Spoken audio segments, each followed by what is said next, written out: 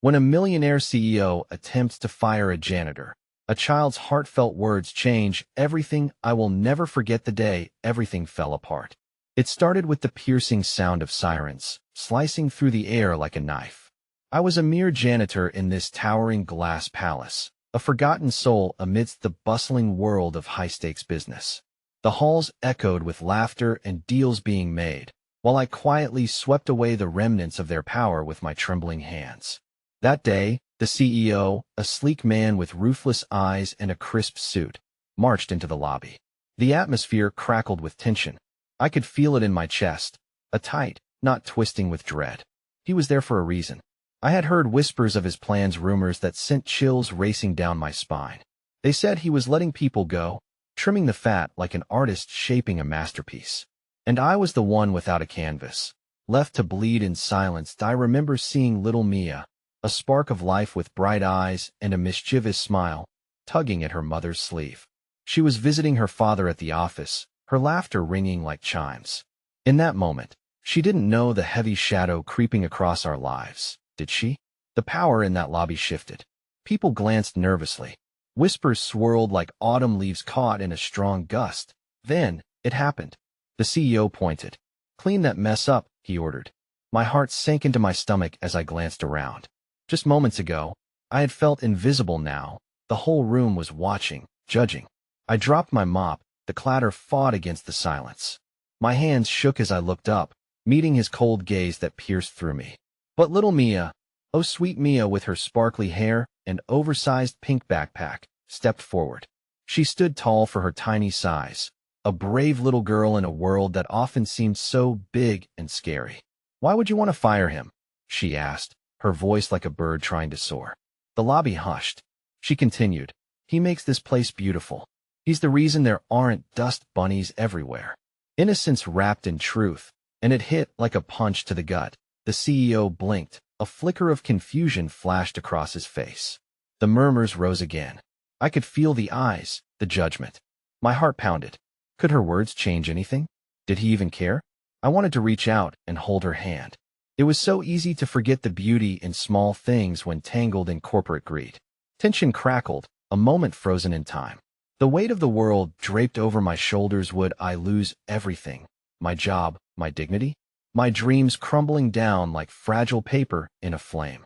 Little Mia's innocent bravery hung in the air, a desperate plea amidst the chaos. And just then, the phone rang, slicing through the silence like a shot. The CEO's phone. He turned sharply, an unreadable expression crossing his face. My heart raced. What was he about to say? Was it a decision that would topple my world? My breath caught in my throat as the room waited, heart suspended. "Hey, before we continue with this amazing story, I need to give you an important heads up. Many subscribers have reported that YouTube unsubscribed them without warning. Take a quick second to check the red button below to make sure you're still subscribed to the channel. I'd hate for you to miss any of the exclusive content coming soon. And while you're there, smash that like button. It really helps me out with the algorithm.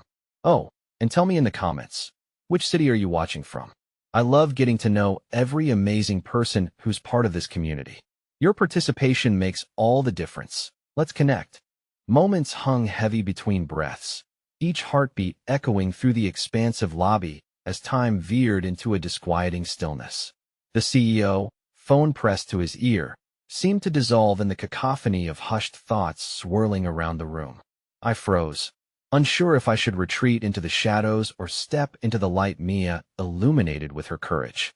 The flickers of hope glimmered in her innocent plea, but the sword of uncertainty still hovered above my head.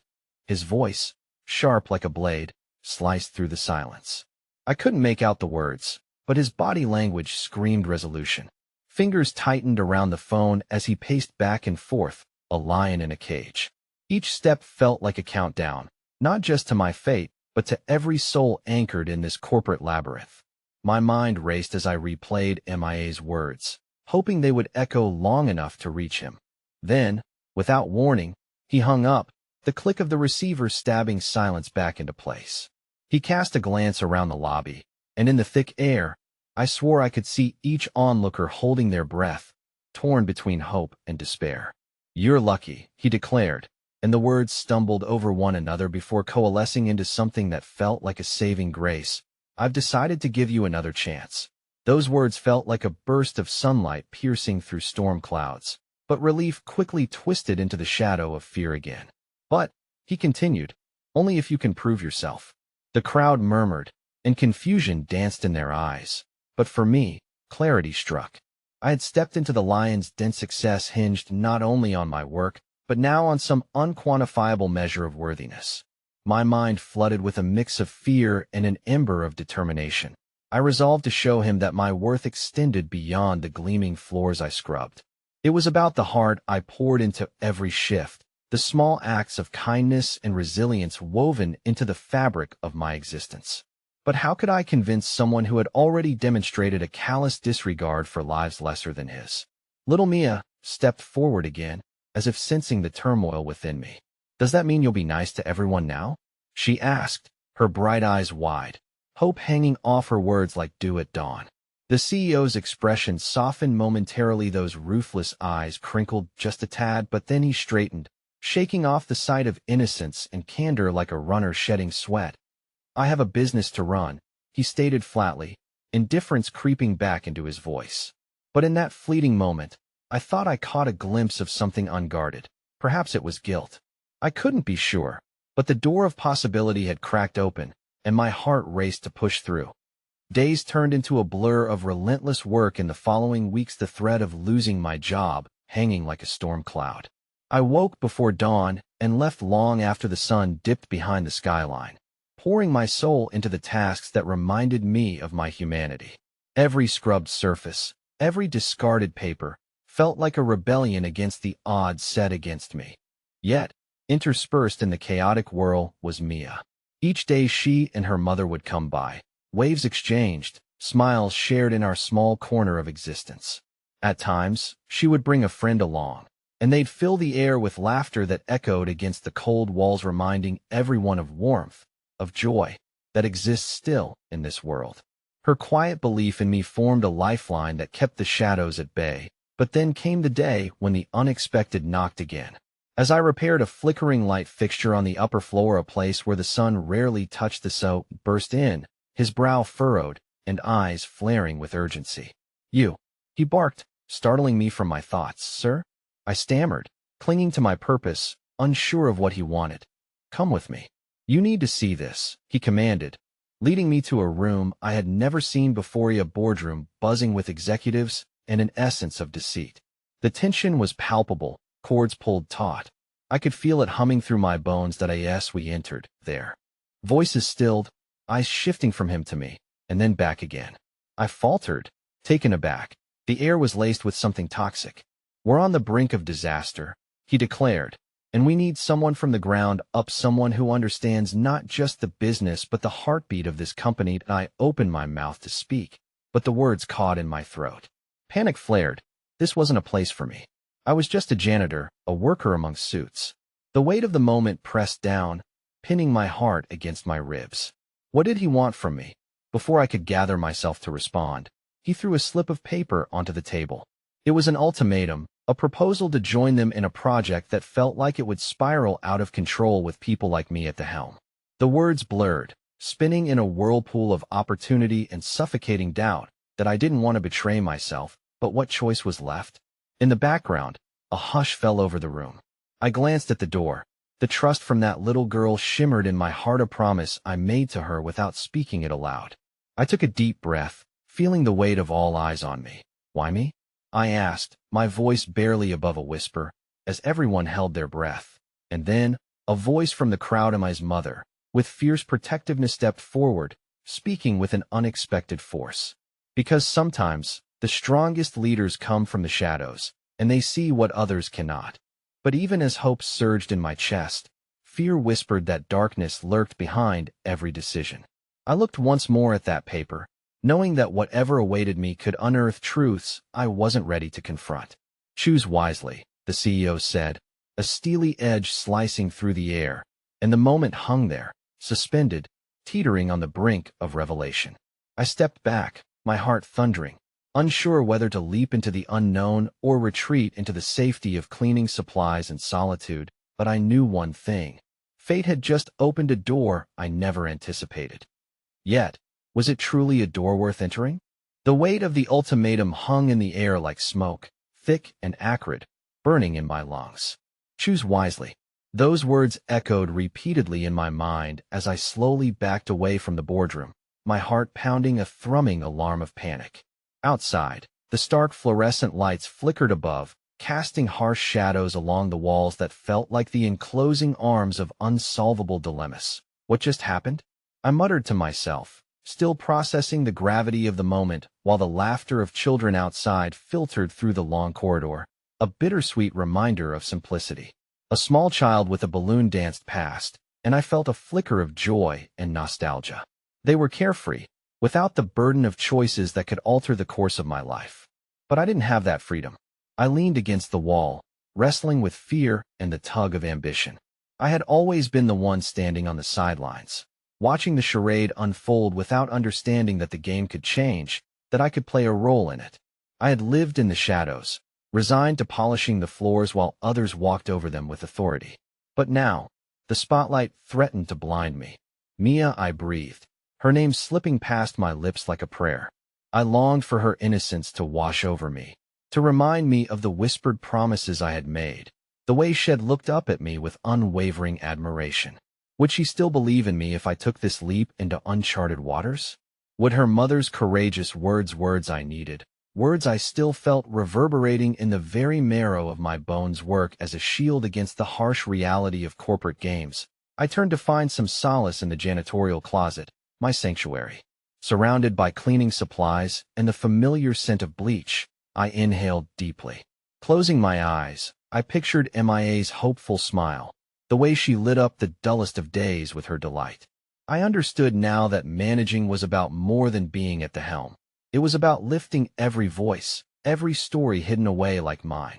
Suddenly, a gentle knock broke my reverie. I opened the door a crack to find Mia standing there, her small stature still managing to command my attention. "Are you okay?" she asked, her soft voice wavering with concern.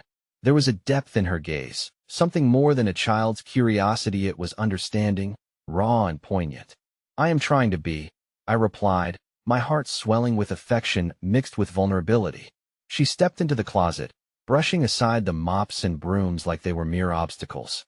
"You know, I told my mom about you," she said, her faith unfaltering. A smile tugged at my lips, but fear quickly clouded the moment. "What did you tell her?" "That you're like a superhero. You make everything sparkle and shine. If you can make a floor shine, you can make the company shine too, right?" Her innocence struck me anew, turning the weight of my choices into something lighter, a glint of hope amid the chaos. "Superhero sounds a bit much," I chuckled softly, the warmth of her words layering upon the chill of doubt. "But I want to make it shine for you." The little girl beamed at me, clapping her hands together. "Yes, and then we can have a party to celebrate." "Listen, I think you should take the deal." "Deal?" I echoed, confusion creeping in again. "Mia, I don't even know what'll have to do. It could change everything, and not all change is good." "Maybe it is," she insisted, her tiny hands in fists, determination radiating from her. "Sometimes, you just have to try. You want to help people, don't you? Just like you help me and my mom every day. Think of all the people in this building who need someone like you." Her voice was the beacon that cut through doubt, illuminating aspects of my self-ID tucked away like faded photographs. Those were the parts that remembered the value of kindness, of fighting for others. And wasn't that worth risking everything? "Maybe you're right," I murmured, my thoughts collected as I moved closer to her. "And maybe, just maybe, those people could teach me something too." "Exactly," she exclaimed, bouncing on her heels. "And if they ever stop being nice to you, they'll tell them to stop. They'll pretend to be your superhero sidekick. We can make this place better, together." The laughter that erupted from me felt like liberation, a revelation stitched together with tiny threads of hope. I knelt to her eye level, the softness of her small frame and fierce spirit wrapping around me with an embrace I hadn't known I craved. "You believe in me?" I asked, the vulnerability of the question trembling on my lips. "Of course. You're my superhero." She beamed, her unwavering confidence peeling back another layer of my fears, allowing light to seep in as we stood together, surrounded by mops and buckets. Courage blossomed, transforming the unsettling ultimatum into a whirlwind of possibilities. I felt awakened, the shadows lifting as I considered the path forward. But as I returned to the lobby, ready to confront this new chapter, I bumped into the CEO again. He stood with a group of executives, their chatter hushed until I stepped closer. His gaze flickered toward me, curiosity crossing his expression. Decided yet? He asked, a challenging undertone woven through his words. That I am still thinking, I started, my pulse quickening. But in that moment, the corporate facade faltered as a distressed phone call blared from a nearby conference room. We've lost the investor. Reality crashed down like a wave, stealing my breath. Suddenly, my predicament didn't seem like a mere career choice, but a pivotal moment entwined with a sinking ship. With hope swiftly retreating, I realized I was standing on the edge of something monumental, a choice that could mold destinies. What if my decision could lead to not just saving my job, but ensuring Mia and the many others like her could thrive? But the implications weighed heavier than quicksand. As I struggled for breath, the urge to plead for time became paramount. My heart plummeted, my emotions swirling chaotically as I stood on the cusp of decision. Let the meeting happen, the CEO commanded, his eyes flicking to mine, measuring my resolve with stony calculation. Before I decide, I found my voice, shaking but stronger than fear. I need to know what's going to happen to all of us if I take this chance. And in that moment, clarity crystallized around meth, echoes of laughter, and hope converged into a singular question that would shape the narrative to come. Am I really prepared to stand up for what is right? I stepped forward, heart pounding, knowing that while I might not have reached the ultimate destination, the path before me lay laden with promises, peril, and perhaps a hope I could clutch like a lifeline. But did I have the strength to navigate it? Before I could process the depth of my inquiry, a sudden thought struck me. Had if, by choosing to rise, I inadvertently plunged deeper into the abyss? The silence in the boardroom swallowed me whole as I awaited the CEO's reply. The air was taut, strung with tension, and I could hear my heart drumming steadily in my ears, a relentless metronome playing the symphony of my dread. As he measured my resolve, the corners of his lips twitched, teasing a smirk that unsettled the pit in my stomach further.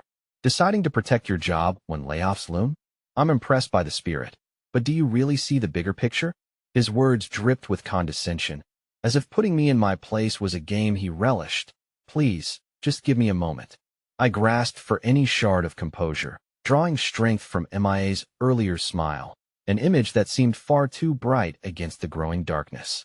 Then, unexpectedly, the double doors behind me swung open, interrupting the oppressive air of the boardroom. That a group of employees filed in, agitation etched into their faces.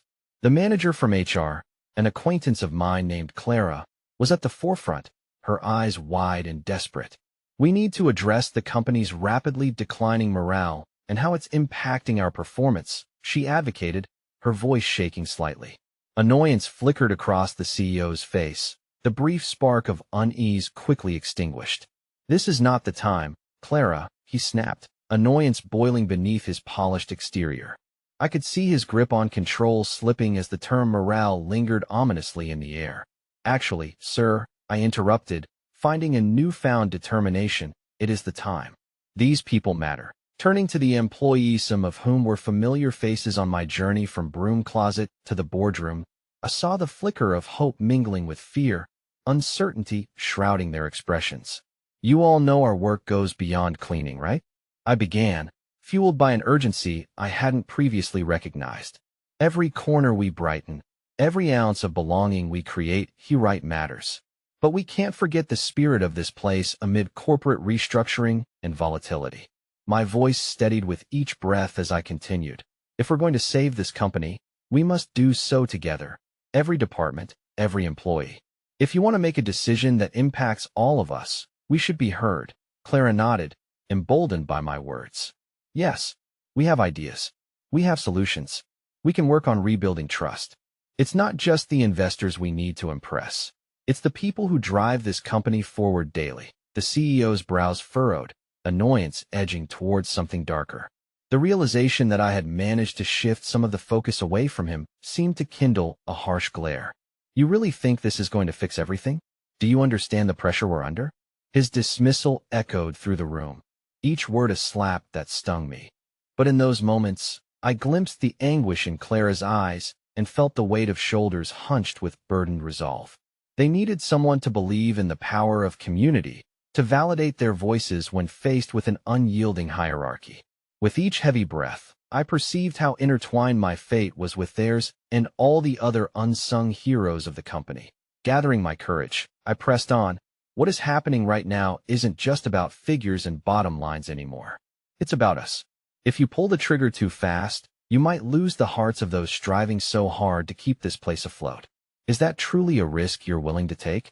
Silence echoed around me, an invisible tether connecting us to something far greater than just a corporate decision.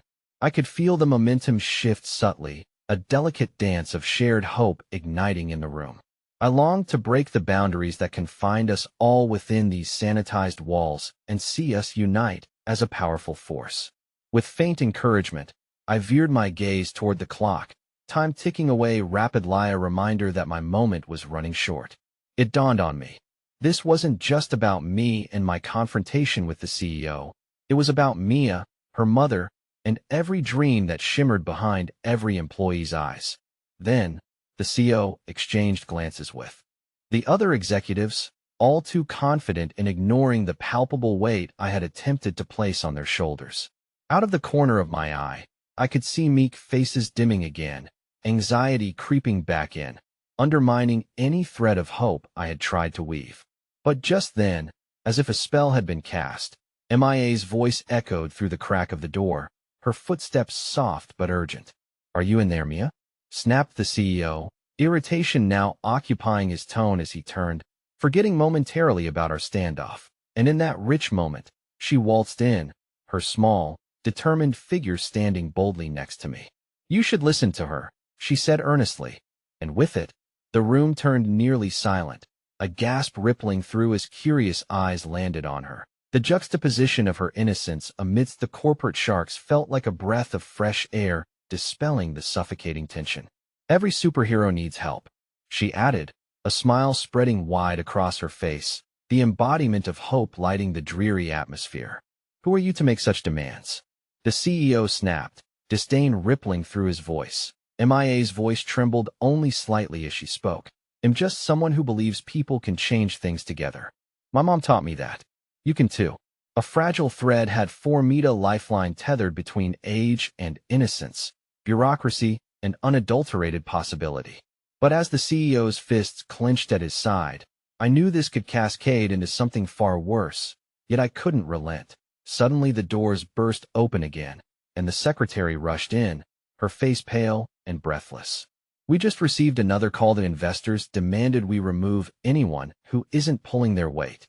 A collective intake of breath echoed throughout the room, a crowd of wide eyes witnessing the coming storm. The CEO's expression darkened, realization washing over him like a shadowed tide. "So, who is it going to be?" he asked, his gaze darting around before landing back on me and Mia. In that moment, the weight of the ultimatum felt heavier than ever, and I stood teetering on the brink. My decision could determine not just my fate, but that of the young girl beside me, alongside all those who believed in the heart of our mission. "Are you prepared?" I whispered into the silence, "to choose between the future we can build together and the past you want to preserve?" Everything hung in the balance. My hope for transformation wrestled against fear, and as I met the CEO's steely gaze, a realization struck me with devastating clarity. Perhaps the true battle wasn't just outside, waged in boardrooms and hostile negotiations. It lay deep within, where courage and vulnerability intertwined like threads of a tapestry. But as I stood on that precipice, a wave of uncertainty rolled in, blurring the lines. What would I unveil if I chose to fight beyond this moment? And would it be enough to truly ignite change?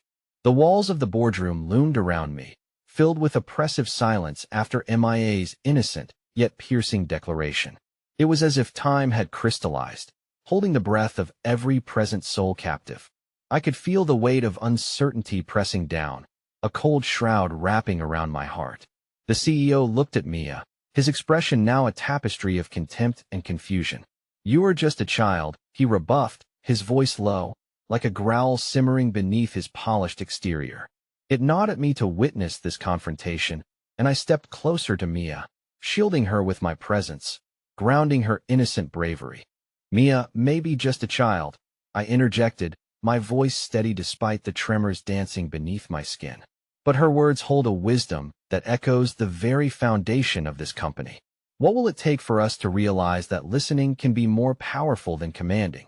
The room seemed to hold its breath as the CEO scoffed, his disdain for our unity palpable. Yet, I sensed the uncertainty cresting within the executives. Clara's eyes flickered with a determined edge, the employees behind me shifting ever slightly, emboldened.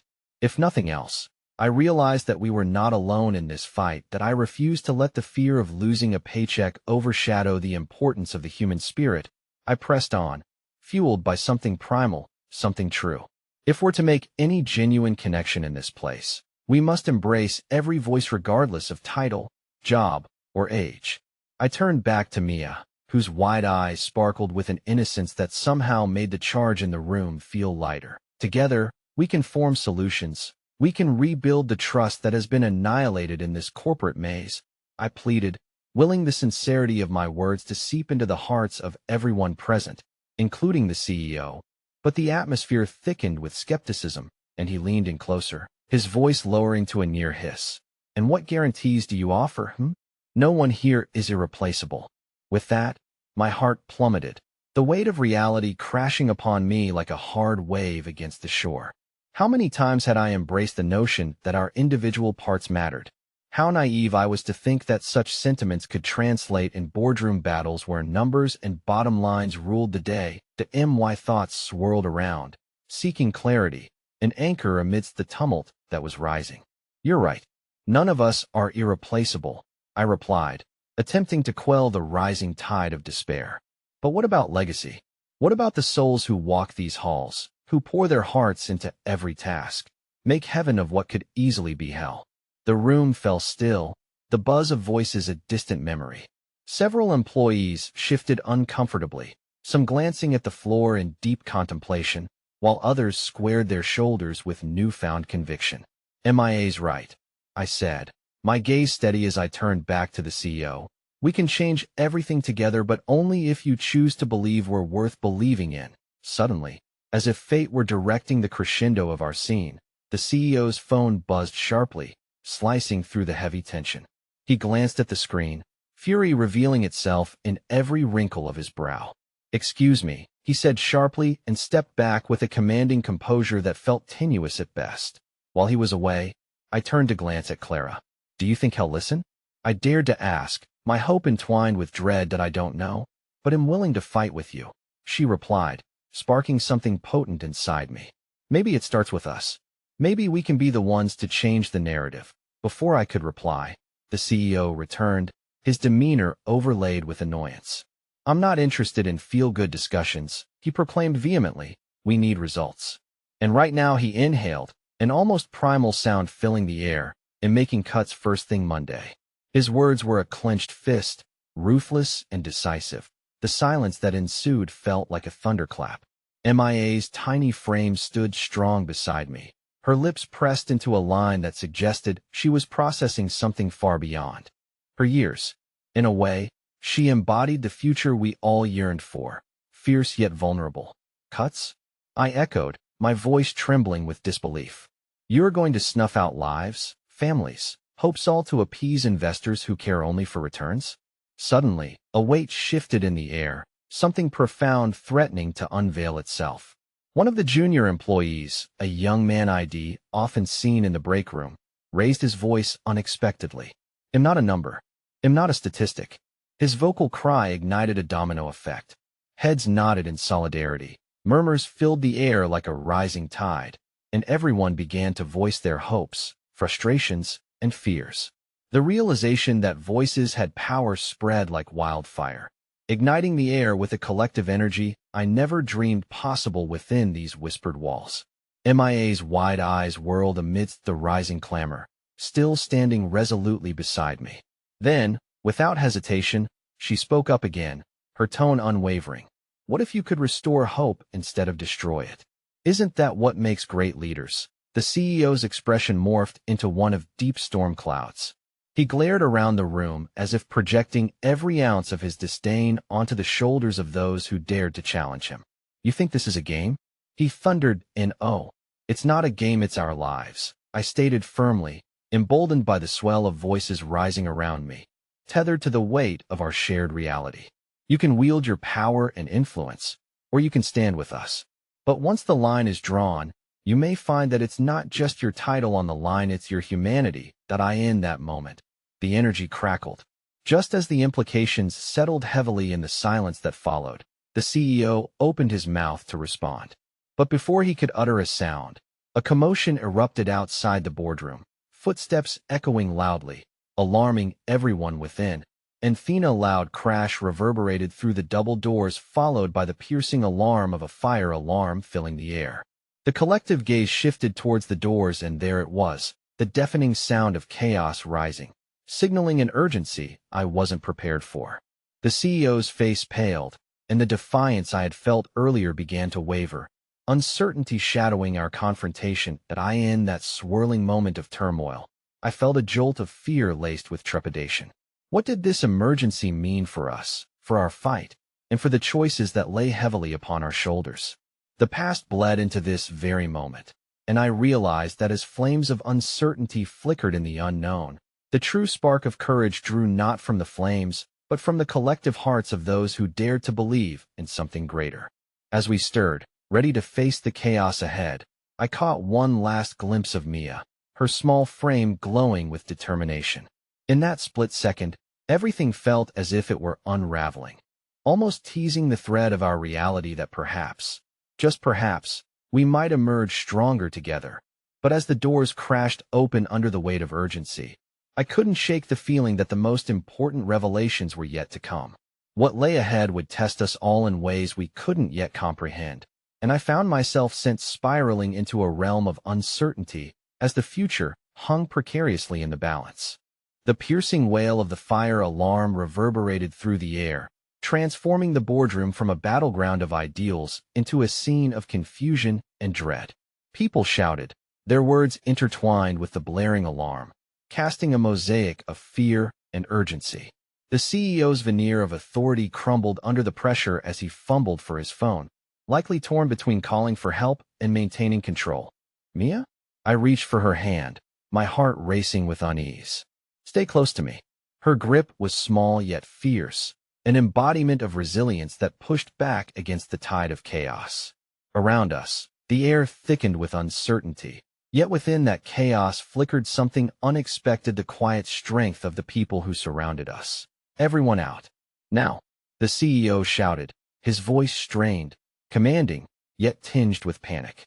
He stepped towards the door, but before he could escape, Clara blocked his path, her face a mask of determination. "If we're leaving, it's together," she asserted, her voice steady amidst the clamor. "We've got to make sure everyone is accounted for first." The tension in the room shifted. The fight that had just ignited was now interwoven with the need for survival. I caught glances of familiar faces, the junior employees and colleagues who I had brushed shoulders with but never truly saw.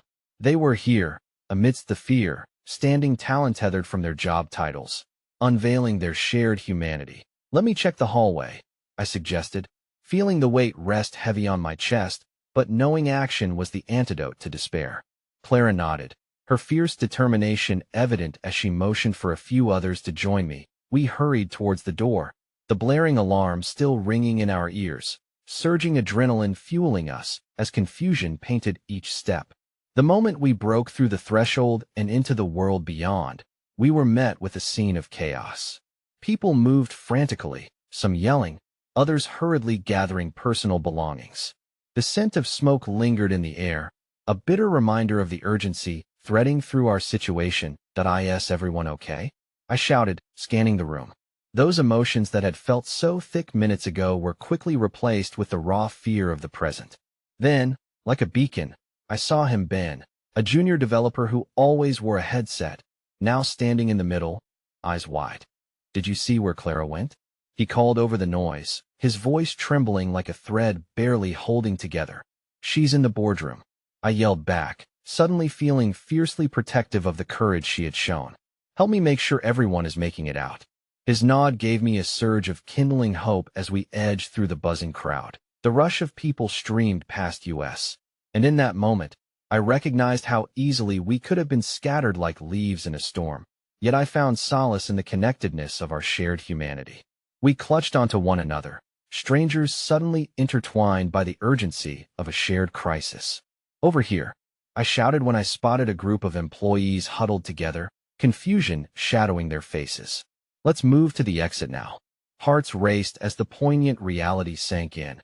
Our fight against corporate indifference suddenly transcended to the need for survival itself. That it was in this chaotic dance, this moment of true unity, that I caught sight of Mia, her small figure a stark contrast to the imposing adults racing around. She had joined a few other children, likely employees' families who had been caught in the chaos. I felt a surge of protectiveness as she looked up at me, her eyes bright, yet filled with uncertainty. "Will we be okay?"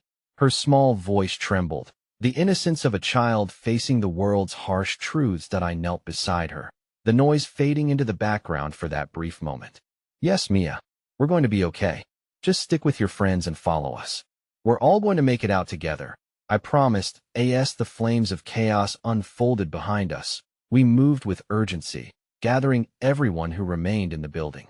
Clara emerged from the boardroom, pale but steadfast, leading the rest of the team. "We need to stay organized. Everyone, follow us, stay calm," she shouted, her unyielding spirit cutting through the noise. Together, we navigated through the building, pressing towards the stairwell, the world outside still cloaked in confusion, but filled with flickers of hope birthed from our unity. People rallied behind Clara's voice, the tide of uncertainty momentarily stemmed by a collective beat of solidarity. As we poured out into the open air, the biting crispness felt like freedom, yet I could sense the danger still looming behind us. We gathered in a tight formation, murmurs of relief interspersed with cries of concern as we ensured everyone was accounted for. In that instant, there was no hierarchy, no titles or positions. We were simply human beings facing the unfolding chaos together. But amidst the relief, something primal began to gnaw at my gut as the fire trucks pulled up to the scene. I caught the CO standing a few feet away, frantic and flustered, an oasis of regret painted on his stoic face. The distance between us had been breached, our confrontation unresolved, and I wondered if this moment would shift the scales of power or merely solidify them. "Everyone stay back," shouted a firefighter, pulling a heavy hose from the truck, the urgency of the moment palpable as they rushed toward the building as they began to battle the flames. The reality of the situation clawed back my thoughts. Sure, an immediate danger was erupting, but beyond that, there lay questions more unyielding. How would today alter our lives? Would leadership find a way to enforce cuts amidst the very chaos that had shaken us awake? Just as I was lost in those contemplations, I turned to Mia again, who had been still, her mind clearly grappling with the reality of the situation. "Mia," but before I could finish, she tugged at my sleeve. "Look." She pointed toward the side of the building where a small girl stood, face streaked with dirt and tears. The palpable dread settled in my chest, and just as I was about to react, the sound of a voice stopped me. "She's still in there," someone shouted from the crowd. The little girl glanced back at a group of people who must have been her family, urgency painting her features, frozen between fear and the instinct to help. "Who?" I murmured under my breath, as reality twisted within its grip. Mia's wide, scared eyes tore into my heart, the reflection of hope clashing with despair. In that split second, I understood not just a moment of alarm, but a thread that connected us all. The reckoning was about to arrive, but before we could react, another loud crash echoed from within the building, and my heart trembled as dread clawed its way into my thoughts.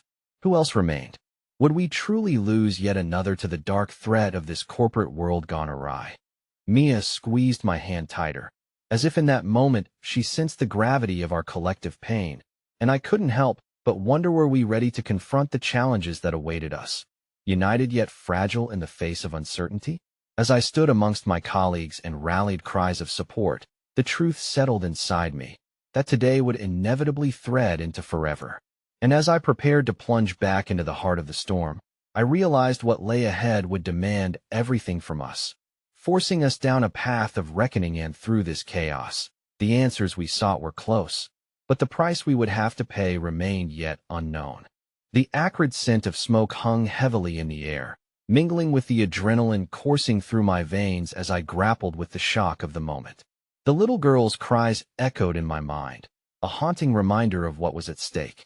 I glanced over at the firefighters tackling the inferno, their movements swift yet somehow deliberate, each action a courageous dance between duty and danger. "Stay here," I instructed Mia, the urge to shield her overwhelming. "We'll be right back." She looked up at me, her trust shimmering like a beacon. I felt a surge of determination as I pushed forward, propelled by her hopeful gaze. As I approached the building again, Clara's voice carried over to me, rallying the employees who were still caught in the swirling confusion. "We need to form teams. If anyone is left in that building, we can't abandon them." Her voice held an urgency that catalyzed further resolve among us that I joined in, gesturing to Ben, who was nearby.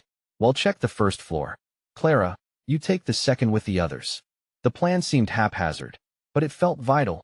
There was no time to waste.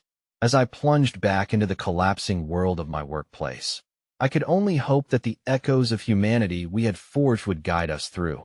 With every step deeper into the building, the warmth of the flames contrasted starkly with the freezing dread stealing over me. I called out, my voice trembling as it drowned in the roaring sound of the conflagration. "Is anyone here?" I scanned the debris-strewn space, my heart pounding, praying that the little girl's family would have somehow found safety. In the chaos near the break room, I caught sight of a shaking figure hunched over a small table, its outlines obscured by smoke. With frantic movements, I pushed through, and my breath caught in my throat as I recognized her, the little girl, clutching a stuffed teddy bear, fear etched across her face. "Hey, it's okay, we're here to help." I stretched out my hand, my voice softer now, imploring calmness into a situation that felt all but lost. She looked at me, her eyes wide but glimmering with hope that flickered beneath layers of terror. Before she could reply, I heard a crash that reverberated through the walls, splintering any assurance I had felt. My heart raced as I grabbed the girl, gently pulling her towards me. "We need to go now?" But just as we turned toward the exit, the ground trembled, a reaction to the flames growing hungrier behind us. I glanced back, my stomach sinking at the sight of falling debris threatening to eclipse our escape. "Quick, this way," I urged, adrenaline fueling my every movement as we navigated through a maze of smoke and ash. Together, we stumbled toward the exit just as the door blasted open, Clara and Ben rushing in, breathless. "We thought we lost you," Clara gasped, relief flooding her features. "Where's the little girl's family?" "Two don't know," I stuttered, holding the little girl tighter, shielding her as we propelled through the threshold into the brighter, albeit chaotic, openness beyond. Fire trucks filled the scene, their flashing lights juxtaposed against the encroaching darkness of the building. And amidst the frantic activity, I searched desperately for a familiar face. "Mama." The little girl's cry shattered my racing thoughts. I followed her gaze across the crowd, past the throngs of firemen and office employees now gathered to regroup. In a small clearing, an older woman, tears running down her cheeks, clasped her hands against her face, a heartbreaking mixture of fear and relief washing over her. "Is that her?" I asked breathlessly, my heart swelling with a longing to unify them. The little girl bobbed her head, and without a second thought, I escorted her towards her mother, who seemed to spring into motion, rushing forward to embrace her child. The reunion was an eruption of emotion, tender and raw, giving life to the small victories amidst the chaos. My heart swelled, even as uncertainty lingered heavily in the air. Clara and Ben joined my side, their faces painted with equal parts worry and hope. "Oh, you think we got everyone?" Ben asked, scanning the area where others clustered, no longer focused on the fire but on the connection of being alive together. "We did what we could," Clara responded, squeezing his shoulder gently, though her resolve remained shaky. I nodded, grappling with the uncertainties that gnawed at the corners of my mind. Still unable to shake my lingering worry, I spotted a firefighter rushing back into the building, drawing a deep breath. "What are they doing?" I whispered, dread creeping back. My stomach twisted as the reality loomed. We couldn't know the fate of everyone still inside. Just then, Mia appeared next to me again, her small figure a solid anchor. "Why do they keep going back?" she asked, her voice laced with innocence. I knelt beside her, searching for the right words. "Because they want to save everyone they can. They're heroes." My tone wavered, struck by the weight of my own acknowledgement. Sometimes, heroes take risks for those they love. It's what makes us human. But as I spoke, a sharp crack echoed from the building. A moment past silence stretched, time suspended. Then, just as a new terror began to bloom, an alarming figure emerged from the door, panting heavily. "It's not safe," he shouted, backlit by the chaos. "We need to," and as he fell silent, horror washed over each and every one of us. Behind him, flames erupted once more, a massive blaze roaring from within. I felt the heat, the crackle of danger surging toward us, but my heart dropped. The moment I had feared the most was unfurling before my very eyes. What if someone was still trapped inside? What if this was a cost they could not pay, a price the firm was too willing to overlook? Mia trembled beside me, her tiny grasp tightening around my arm as we stood frozen, staring into the heart of the storm. In that moment, as our breaths hung in the air, I understood. We were all waiting, teetering on the brink, an act of bravery yet to unfold, and the threads of fate had woven us tighter than ever before. When the flames roared once again, our realities collided, and for every flicker of hope, shadows loomed larger. The night was still long ahead. I could feel the reckoning was approaching. The unanswered wounds of the heart were about to resurface. Would we be strong enough to face the truth? As the crackle of the fire intensified, my mind raced. The reality of what we still faced struck deep into my chest. I glanced at Clara and Ben. Their expressions mirrored my inner turmoil, eyes darkened with fear and uncertainty. The firefighter who had emerged carried not just the weight of the smoke-filled building, but also the burden of lives left behind.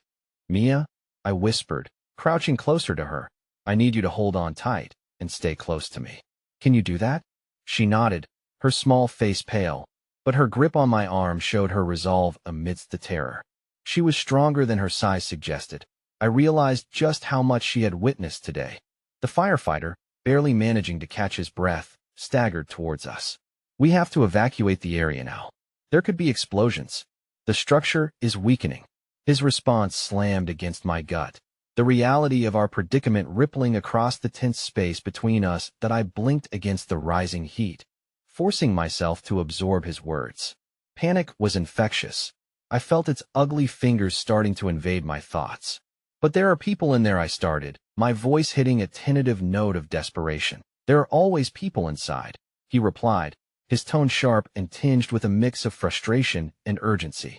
"But we can't save everyone at the cost of sacrificing more. There are rescue teams already inside, and they're doing everything they can. We have to trust them." "Trust," I repeated, the word languishing heavy in the air. It was merely a platitude in this cruel reality where flames danced mercilessly against walls and hope teetered on the edge of an uncertain abyss. I looked over at Mia. Her eyes were wide and full of concern, seemingly digesting our conversation far more deeply than I imagined possible. The sight of the little girl's innocence sobered me. In her, I recognized the essence of our humanity, the light that flickered and beckoned amidst despair. And somewhere deep, I hoped it was enough to guide us through. "Mia," I said softly, "let's take a few steps back where it's safer, all right? We'll keep watching, and we'll do it together." She complied, and hand in hand we began to shuffle backward, grabbing Clara and Ben along the way. As we stepped away from the swirling chaos, I caught sight of Clara's anxious expression. What if we lose someone else? What if they can't find them in time? Her voice trembled, hinting at fears that rang too close to home. The echo of her worries crashed against my resilience. "Clara, we have to believe they'll rescue as many as they can." My voice was steadier than I felt. "They're heroes, remember? They're trained for this. But are we?" Ben interjected quietly, eyes glued to the building that loomed in the distance, a raging beast that devoured the air and our bravery slowly, bit by bit. "Don't know," I stammered. Doubt festered. Who were we in the face of this unyielding force? Just a handful of terrified souls twisted in the aftermath of a calamity we didn't choose. "Look," Mia piped up suddenly, her tiny voice slicing through the thick fog of despair. She pointed a shaky finger toward a group of children, their faces pale, leaning against the side of a nearby truck, the collective fear morphing into a tangible energy. "They're waiting too." The sight stung. They huddled close together, sharing whispers, seeking comfort amidst their confused expressions. Suddenly, it felt as if our worries had conspired to create a larger truth. This was not merely a fight against flames, but a reminder that we were all part of something far more significant. That I approached the group, kneeling down to their level, coaxing a soft smile. "Are you all right?" My heart felt like it stuttered, a desperate wish hanging on the edge of affirmation. One child, a girl with a near-identical yet worried gaze, responded, "We don't know where our parents are. They went in to help and haven't come back." Tears brimmed in her eyes, igniting fear within me. Little by little, I sensed the veil of despair start to lift as the other children leaned in closer, searching for reassurance in the thick air laden with uncertainty. "Your parents love you," I said, clenching my fists to stay strong, both for them and myself. "They'll come back. I promise." A flicker of hope ignited in their round faces, and I reveled in its warmth for just a moment. Perhaps this was how we threaded strength through our community, through the promise of safety, the faith that binds us as we navigate our fears. But then, another crack echoed through the air. I whipped my head around just in time to see the fire start to rear its head again, more furious than before, sparks scattering into the night sky like greedy fireflies. "Everyone back!" The firefighter shouted again, urgency ricocheting through the crowd. Adrenaline surged, and I grabbed Mia tight, pulling her behind the safety of the truck. Clara and Ben followed, their faces taut with a new kind of anxiety. And just as I thought the dust would settle, a low rumble rolled beneath us, shaking the very ground.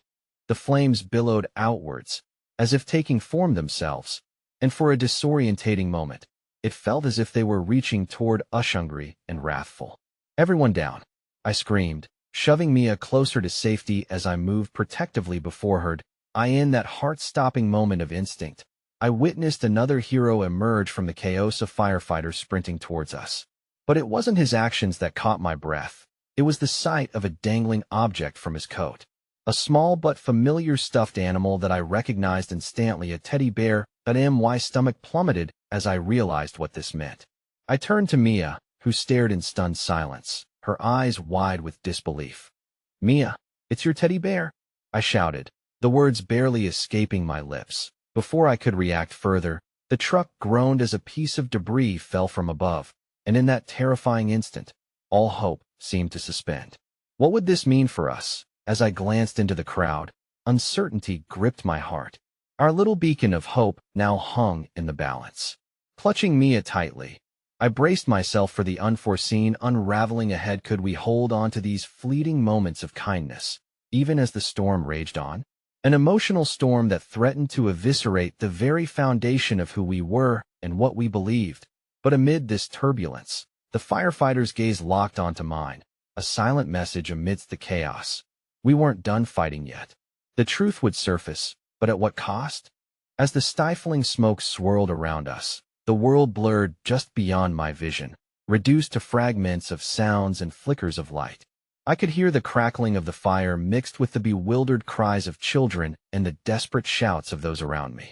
But what resonated deeply within me was the frantic rhythm of my own heart, pleading for safety, a plea that felt almost futile amidst the chaos. Mia was still clutching my arm, her small hand trembling as she turned to me, her wide eyes a mirror of fear. I squeezed her hand tighter, trying to anchor both of us in the moment. "It's going to be okay," I reassured her, though uncertainty gnawed at my insides. Just moments before, I had witnessed the firefighter struggle, the courage it took to confront the flames head-on, even as the hungered embers twitched toward us like greedy fingers. But now, the focus shifted to destroying complacency. I had to find clarity for Mia amidst the storm. "You're so brave, Mia," I said, forcing my voice to maintain a steadiness it didn't feel. "Remember how brave you are." But her gaze drifted to the teddy bear, the one that was meant for comfort, now revealing a vulnerability that shattered my own resolve.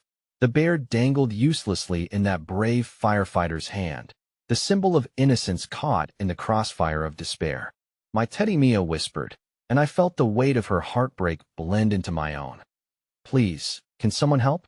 The cry rang out from somewhere behind me, a parent's sorrowful lament magnified by the anguished wails of those desperately searching for loved ones. My heart lurched again. Fear was contagious, spreading like the smoke around us, threatening to engulf everyone in its embrace. Desperate to shield Mia from the crisis spiraling in front of us, I pulled her closer, stooping to meet her eyes. Listen to me carefully. I need you to close your eyes and think of places you love: the park, your room, anywhere that feels safe, okay? Tears streamed down her cheeks, the ghost of all we had faced bubbling beneath the surface. Can you do that for me? She nodded hesitantly, her small chin quivering. In that moment, I recalled all the stories I had woven for her, the adventures, the laughter, and the warmth. I leaned in to whisper a fairy tale softly in her ear, covering her ears against the sounds of the chaos that threatened to fracture us further. As I spoke, I felt a lightness envelop us. Botah sanctuary, built from imagination and hope. I looked up once more, glancing at Clara and Ben, whose faces were a mere canvas for fear, yet even their resilience flickered. It was a beautiful struggle, the way we all clung to each other, peers united in despair. Come on, Clara whispered, her resolve hardening. We have to move farther back. She grabbed Ben's hand, the two inseparable anchors that grounded one another amidst the impending storm, and I knew we had to follow. We inched away from the chaos, Mia's fingers still intertwined with mine, her silent trust in me weighing heavily on my soul. I had no idea how to ensure her safety, or how to shield her from this nightmare, but I needed her to believe that hope still lurked beyond the flames. And yet, in the distance, another voice broke through the strident tone of a firefighter urging everyone back, the echoes a reminder that no one could bear this alone. Each voice carried its own burden, and just beyond my field of view, I saw the silhouette of another firefighter struggling against the gale of the blaze, the outline twitching with exhaustion and determination. Come on, just a little further, he urged to a group of weary souls inching toward the exit, some of whom were mired in darkness, their failure to grasp their survival almost palpable. Suddenly, crying children surged forward, pleading for answers as they searched for familiar faces in the throng, and I felt a fierce need to help. Stay together, I barked out. We can't let anyone get lost. My voice trembled with urgency and fear, but often that need surged in moments of crisis. Yet even as my heart beat fervently for the lost souls, my attention swung back to Mia, who was still envisioning her safe spaces and lost in the safety of stories. I smiled at her again, holding the fragile hope between us like a thin, visible thread, rooting for the best even in these worst of circumstances. That a wild explosion echoed nearby as debris fell, the harsh sound slicing through the air like a cruel reminder of our mortality. It was a tremor that rocked my very essence, again catching Mia's trembling breath. Is this how it ends? I whispered to myself, grappling with unanswered questions as I tightened my grip on her. Will this be all there is? But then, from the borderline of chaos, another flicker of bravery emerged, a firefighter picking up something from the ground, the edges of a familiar pink dress brushing against the dust and rubble. It was unmistakable. It belonged to another girl, lost and afraid. My instincts surged violently.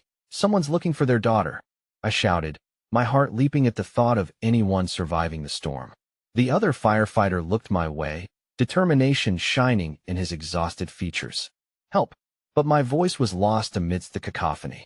As the waves of heat crescendoed, the ground shook beneath us, and I felt Mia clutching my arm tighter, her fear evolving into a fierce resolve that mirrored my own. In that moment of shared desperation, adrenaline coursed through our veins, infusing us with strength, and for the briefest moment, I believed in the possibility of rescue, that hope was worth fighting for, even when everything around us tore apart. And just like that, as I opened my mouth to shout again, to summon anyone who could respond to our plea, the ground quaked violently once more. My heart raced, knowing this was merely the beginning. The fire was raging, but we were not finished yet. The shadows were gaining. There was still a battle ahead. And then a haunting thought struck Muhat: if we were unprepared for the next round of loss to emerge from the flames. The question echoed endlessly as reality twisted. Would we be ready to endure the truth of those we could still lose? In that chaotic moment, as flames danced and smoke clouded our vision, the thought lingered: what would we do if we had to face yet another heartbreak? Time seemed to suspend like smoke mingling with the air, as the crackle of flames grew closer, swirling around us with a frenetic energy that threatened to engulf everything in its path. The sound of despair echoed through the ranks of terrified faces, their worry morphing into determination, creating a collective heartbeat that surged with urgency.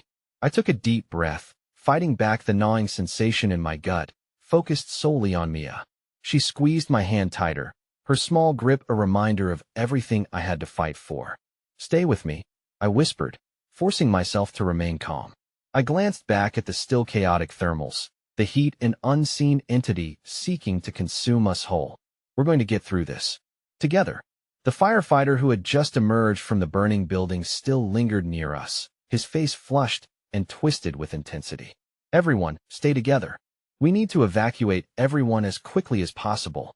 He broke off into orders, urging some nearby to take positions at the doors of the gathering crowd. A renewed sense of purpose filled the air, a tide of hope that echoed amidst the cacophony of chaos. "Come on," Clara's voice rang out, capturing those wavering on the edges of despair. "We're safer together. Move toward the staging area." Slowly, the crowd began to gather itself, inching away from the encroaching flames, yet I could feel the fear gripping even the bravest souls. But my heart remained torn. The little girl still trapped within those walls, clinging to her own teddy bear, buried somewhere under the rubble. "What if Mia," I said, kneeling down to her level, "can you be my superhero again? Can you wait right here and keep your eyes on that staging area?" Her eyes widened, and I could see the swirl of emotions dance across her features: bewilderment, uncertainty, but also the flicker of resolve I had known she possessed. "I will. I'll watch over them," she exclaimed, her face lighting up with determination that momentarily banished the shadows darkening our hearts. With a final squeeze of her hand, I stepped away, losing myself in the urgency that hung in the air, a clamor of voices shouting, begging, and still searching for lost loved ones. Inside the building, my feet pressed against the floor, the native sense of fire churning the atmosphere thick with dread. I called out again, my voice fighting the roar of the flames. "Is anyone here? We need to help." It was like wading through a storm, each step uncertain, laden with the weight of those who may not make it back. My heart raced as I ventured deeper into the inferno, the walls draped in orange and red hues that danced dangerously, each flicker reminding me of the lives hanging in balance. There, as I maneuvered around a fallen piece of debris, a sight caught my breath. Two firefighters extracted a dazed woman, cradled in the arms of a fellow rescuer. She was wailing, grief-stricken, as they hurried toward the exit. "My children. I can't leave them." The dread that had settled around me crushed my chest, knowing all too well her pain. "Where are they?" I shouted, hoping against reality that they hadn't succumbed to the flames. "Second floor," one of the firefighters shouted, urgency painting his voice. "We need to clear the area." As their words echoed, time felt fleeting, every moment stretched painfully long, while my instincts screamed to take action. "They'll help," I called out, desperation coating my resolve. "I can reach them." "No," one firefighter yelled, panic lacing their demand. "It's too dangerous." But it didn't matter. I was already moving, propelled by purpose, fueled by hope. I needed to save them. Children were still in there. I made my way to the staircase. A plume of smoke swirled, stinging my lungs as I pushed forward despite the suffocating fear. "Stay hidden," I screamed as I maneuvered through the chaos, refusing to back down. The sound of cries in the distance, the choked sobs of children drummed in my heart, an urgent plea propelling me forward. "Focus. I'm coming." I breathed through the haze, resolute in my mission, chasing echoes that led me toward the sound I recognized all too well. I pushed open a door on what I assumed was the second floor, and the sight struck like light through the dark. I saw them. The children, huddled against the wall, 2 girls and a boy playing a game of courage as they leaned into each other, cloaked in fear. I rushed toward them, inhaling the heavy burn of smoke as the walls around us groaned, trembling at the ferocity of the flames. "Come on, we need to get out," I urged them. Their eyes widened, fear overflowing, but something deep within me ignited, weaving strength into my trembling words. "I won't let anything happen to you. I promise." With hesitant hands, they took mine as I urged them to move, to stumble backward toward the door and safety. "This way, keep close," I shouted over the roaring fire, the words barely reaching them as it felt ready to engulf us all. The flames danced hungrily, but with every step we took together, an invisible bond rose, solidarity woven through fear. The children mirroring my resolve, drawing strength from the connection as we maneuvered down the smoldering hallway, each step echoing the heartbeat of our humanity.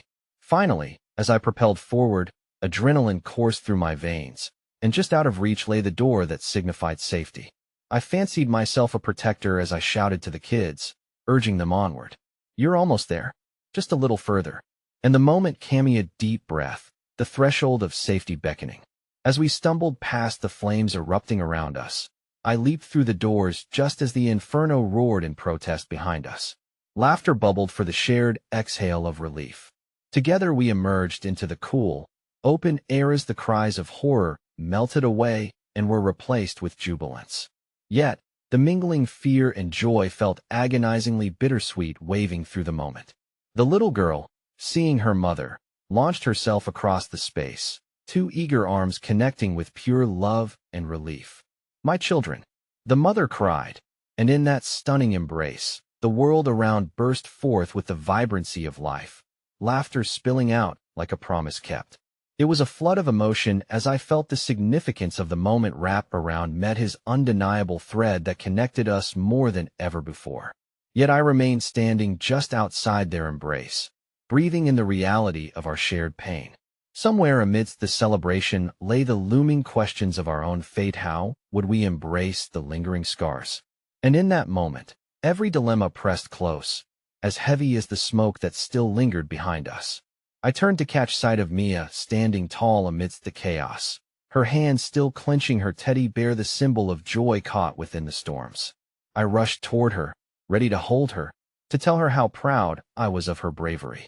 Yet as I neared, things shifted. Distant shouts, a frantic energy pulsing through the crowd, signaling yet another shift in our unfolding reality. "Mia," I called out, my stomach twisting as dread filled every corner of my mind. A firefighting crew had emerged, urgently beckoning towards the action that still brewed just outside the dancing flames. "What is it?" My voice rose with the panic blooming in my gut. "It's not over," a firefighter exclaimed, their features taut with confusion. "We believe we have another family inside." My heart raced as the nightmare came crashing back. Another heartache, another loss. The tears that threatened the corner of my eyes were almost unbearable, but I knew that this was our fight. Our moment of reckoning had not yet closed, and it was still beaming bright in front of us. "Mia," I said, kneeling beside her, "I need you to stay behind me. You've been my light in this darkness." She nodded, her small frame clutching tightly to me, mirroring both our fears and courage. I turned to the crowd, the lingering uncertainty interwoven within us. The nonprofit world laid heavy on my heart once again. But there nestled amidst that uncertainty thrived something brighter, weaving through our handsome pulse of humanity, a heartbeat that led us closer through the dark, bursting forth with tenacity. Together as one, we would continue to prove our worth, for not just ours, but for all our dreams. Look for each other. Trust in the love that brings us together, I urged the crowd, words spanning like a net of hope. It was then amidst the chaos that we all understood we could save lives without questioning their value, and we would fight to hold on to the stories every life had to tell. As the firefighters sprang into action and the children gathered around us feeling stronger, the realization washed over. Meth flames raged, but love could rise above any chaos. We would be one voice, coast through the fire together, and for every challenge ahead, we could paint a world not just of survival, but of hope. And as we closed that chapter, firmly linked, the uncertainty ahead would only magnify the light we shared, a light that would burn ever brighter against the darkness. Returning with the resolve of heroes reborn, the moment felt radiant, knowing that our journey surged on with us. Emboldened by the hope we so desperately clung to, we turned back and stepped forward, towards a future yet unwritten. Together, I in the flame's light. We become whole, I whispered softly, the words a silent promise searing into the night. And the shadows clinging at our backs receded, fading beneath the weight of hope kindled in every heart.